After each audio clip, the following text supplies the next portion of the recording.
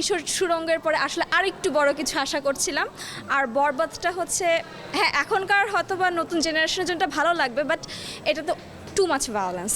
বরবাদ খারাপ না, কিন্তু আমার কাছে ওই টেস্টটা ভালো লাগে নাই। জঙ্গলি বেস্ট লাগছে, সেকেন্ড চক্কর দাগিও ভালো করছে। একসাথে ফ্যামিলি সবাইকে নিয়ে বসে মুভি দেখার মতো ইয়া থাকে না, কিন্তু এটা ছোট বড় সবাইকে নিয়ে একসাথে দেখার মতো একটা মুভি।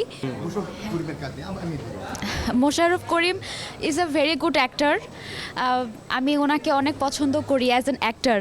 আর আজকের এই মুভি আমার খুব ভালো লেগেছে। মুভিটা অনেক সুন্দর। Thank you. কোনটা চক্কর? জি ভালো ছিল।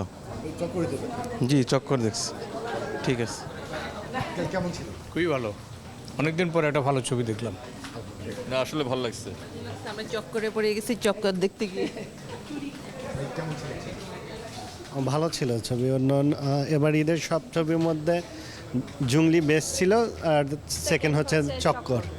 সবাই তো বরবাদ বলতেছে, বরবাদ কি দেখছেন আপনি? আসলে বরবাদ মানে একজনের টেস্ট একরকম, তো সো এটা আসলে মানে এটা টেস্টের উপর ডিপেন্ড করে। হয়তো তাদের কাছে বরবাদ ভালো লাগতে পারে, আমার কাছে ওই টাইপের সিনেমা নাও ভালো লাগতে পারে। দ্যাটস ওয়াই আমার কাছে জঙ্গলি বেস্ট লাগছে, সেকেন্ড চক্কর দাগিও ভালো করছে। কিন্তু আমি সবগুলো সিনেমাই দেখছি, বাট আমার কাছে ওটা খারাপ না, মানে বরবাদ খারাপ না, কিন্তু আমার কাছে ওই টেস্টটা ভালো লাগে নাই। এর মানে এই না যে ওটা খারাপ। ওনার মধ্যে সঙ্গে আপনি একমত? জি, আমিও একমত। আমার হচ্ছে ফার্স্ট হচ্ছে জঙ্গলি।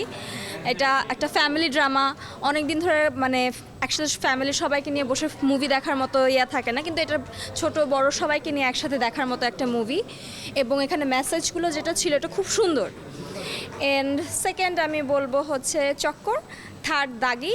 আরফান নিশোর সুরঙ্গের পরে আসলে আরেকটু বড় কিছু আশা করছিলাম।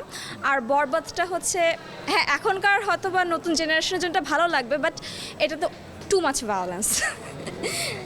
এটার টেস্টে আসলে মানে আমার টেস্টের সাথে যায় না। Too much violence. ওকে ওকে।